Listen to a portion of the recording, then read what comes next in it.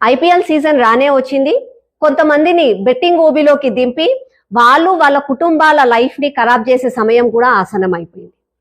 అసలు కొంతమంది బెట్టింగ్, జూదం, గ్యాంబలింగ్ ఇలాంటివి ఎందుకు ఆడతారు? వాళ్ళు ఏమనుకుంటారంటే జూదం ఆడడం వల్లనో, బెట్టింగ్ చేయడం వల్లనో, పేకాట అలాంటి వగేరా దాంట్లలో డబ్బులు వస్తాయేమో అని అనుకుంటారు. కానీ 99.9% డబ్బులు రావు. వాళ్ళు డబ్బులు కోల్పోతారు అందులో. అసలు వాళ్ళు అయినా కూడా వాళ్ళు ఎందుకు ఆడతారు అని అంటే ఇట్స్ అ సైకలాజికల్ ప్రాబ్లం. అదేదో ఇయాల రేపు మొన్న పుట్టింది కాదు, వేల సంవత్సరాల నుంచి కూడా జూదం అనేది ఆడుతూనే ఉంటారు. ఇది ఒక వ్యసనం. కొంతమందికి సైకలాజికల్ ప్రాబ్లం ఉంటుంది. ఆ సైకలాజికల్ ప్రాబ్లం ఉన్న వాళ్ళు జూదము ఆడడానికి అట్రాక్ట్ అయిపోతారు. వాళ్ళు ఏం చేస్తారు, ఆ ఒక్క పర్సన్ ఏం చేస్తారు, ఒక 10 మందితో కూర్చుంటారు. కూర్చొని నేను బెట్టింగ్ ఆడినా, నేను జూదం ఆడినా, నాకు కొన్ని డబ్బులు వచ్చినాయి అందులో అని అంటాడు. వచ్చిన డబ్బుల గురించే చెప్తాడు కానీ పోయిన డబ్బుల గురించి మాత్రం చెప్పడు. ఎందుకనంటే పోయిన డబ్బుల గురించి చెప్తే ఇజ్జత్ పోతుంది. కాబట్టి నేను డబ్బులు సంపాదించినా అని గొప్పగా చెప్తారు. చుట్టుపక్కల ఉన్న వాళ్ళు ఏమనుకుంటారు, అరే తెలివి లేనోడు ఈడాడితేనే ఇంటికి డబ్బులు వచ్చినాయంట, మళ్ళీ తెలివి ఉన్న వాళ్ళం మేము ఆడితే మాకెందుకు రావు అని వాళ్ళు అనుకుంటారు. అనుకొని వాళ్ళు కూడా జూదంలోకి దిగుతారు. అంటే ఇది ఒక సైకలాజికల్ ప్రాబ్లం ఉన్న ఒక్కతను మిగతా వాళ్ళకి కూడా ఆ వ్యాధిని అంటిస్తారు. ఎట్లాగైతే ఒకరికి కరోనా వచ్చి 10 మంది మధ్యలో కూర్చుంటే వాళ్ళకి ఎట్లయితే రోగం అంటుకుంటుందో, ఇట్స్ అ కంటేజియస్. ఆ కంటేజియస్ రోగం ఇమ్యూనిటీ వీక్ ఉన్న వాళ్ళకి ఎట్లయితే కరోనా వైరస్ మనము స్ప్రెడ్ అవుతుందో అట్లానే ఇది కూడా మెంటల్ గా సమయంలో వీక్ ఉంటారు. ఒక థ్రిల్ కోసం అని చెప్పో, ఒక ఎగ్జైట్మెంట్ కోసం అని చెప్పో, లేకపోతే ఎకనామికల్ గా అంటే వాళ్ళ దగ్గర డబ్బులు లేవు, 10,000 ఉన్నాయి, ఆ 10,000 పెడితే ₹1,00,000 వస్తాయి, నేను ఫైనాన్షియల్ గా స్ట్రాంగ్ అవుతానని చెప్పో, ఎన్నో రీజన్స్ లలో వాళ్ళు ఎప్పుడైతే మెంటల్ గా వీక్ ఉంటారో అట్లాంటి వాళ్ళకు ఈ సైకలాజికల్ ప్రాబ్లం ఉన్న వైరస్ ఉన్న వ్యక్తులు వాళ్ళని కలుస్తారో వాళ్ళకి కూడా స్ప్రెడ్ చేస్తారు, వాళ్ళని కూడా ఈ ఊబిలోకి దింపుతారు. కానీ చెప్పాలి అని అంటే అసలు బెట్టింగ్ లో, గ్యాంబ్లింగ్ లో ఎప్పటికీ కూడా డబ్బులు రావు. డబ్బులు వస్తాయి ఆ మూమెంట్ లో అని అనుకుంటారు కానీ అవి తర్వాత మాత్రం ఫుల్ లాస్ లోనే వెళ్ళిపోతాయి.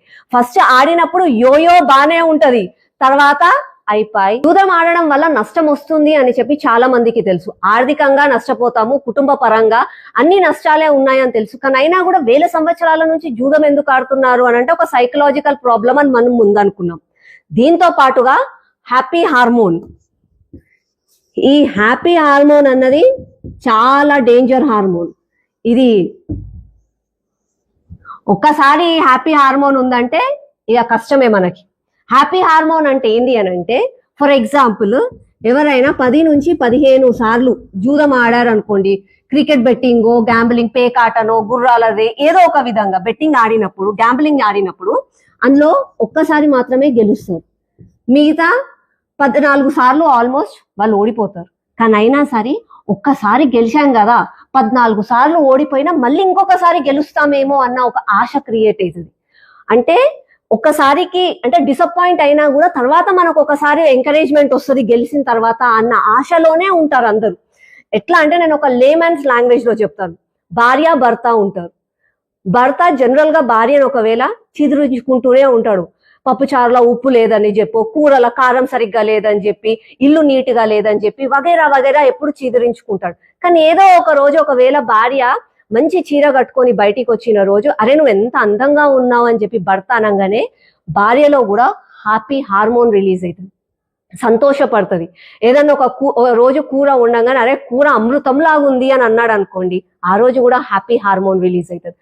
భర్త నెల రోజుల పాటు భార్యని విమర్శించినా, చీదరించుకున్నా, ఊరికి అది ఇది అని అన్నా సరే నెలలో ఒక్క రోజు ఆ మాట, మంచి మాట పొగిడినాడు కాబట్టి ఆ జర్నీ అలాగే నడుస్తుంది. అంటే ఒక్క రోజు 10-15 సార్లు ఓడిపోయినా ఒక్కసారి విన్ అయితే మళ్ళీ ఇంకొకసారి ఆడతారు. So the journey keeps on going. అట్లాగే ఇన్ని వేల సంవత్సరాల నుంచి కూడా ఈ జూదం అవుతూనే ఉంది. కానీ అందరూ కూడా గుర్తుపెట్టుకోండి, ఈ జూదం ఆడితే లాభాలు వస్తాయని అందరూ అనుకుంటారేమో కానీ రావు. 90% మాత్రం ఓడిపోతారు. ఏదో ఒక్కసారి లాభం వచ్చింది అని అనుకుంటారు కానీ ఆ లాభం ఒకవేళ ₹1000 ఉందనుకోండి, మిగతా 10,000 పొడగొట్టుకుంటారు. ఆ ₹1000 లాభం గురించి ఆలోచిస్తారు. ఇది యాక్చువల్ జూదం అంటే. గ్యాంబ్లింగ్ ఎన్ని రకాలుగా చేయొచ్చు. ఫర్ ఎగ్జాంపుల్ బెట్టింగ్ యాప్స్, ఈ రీసెంట్ డేస్ లో వచ్చిన betting apps, cricket betting, cards, casino, horses, కోడి పంద్యాలు వగేరా వగేరా. ఇందులో అందరూ డబ్బులు వస్తాయేమో అని అనుకుంటారేమో కొంతమంది, కానీ 99% డబ్బులు రావు.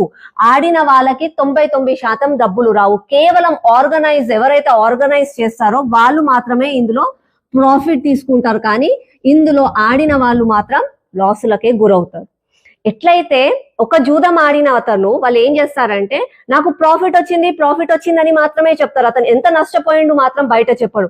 ఎట్లాగైతే ఆడవాళ్ళు వాళ్ళ వయసులు చెప్పరో అట్లాగే జూదం ఆడిన వాళ్ళు వాళ్ళ నష్టాలు చెప్పరు.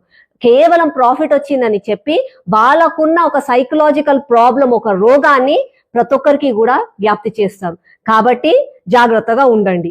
ఇప్పుడు ఈ రీసెంట్ డేస్ గా బెట్టింగ్ యాప్స్ అని వచ్చాయి. ఈ బెట్టింగ్ యాప్స్ ఏదో ఒక వెబ్సైట్ లో ఒక బెట్టింగ్ యాప్స్ క్రియేట్ చేసి దాని వల్ల ఎక్కువగా యువత అట్రాక్ట్ అవుతున్నారు. అది వాళ్ళు అట్రాక్ట్ కావడానికి కారణం ఏంటంటే కొంతమంది ఇన్ఫ్లుయెన్సర్స్, యూట్యూబర్స్ వాళ్ళు కూడా దాన్ని ఎంకరేజ్ చేస్తున్నారు. దయచేసి అలాంటి వాటికి అట్రాక్ట్ కాకండి.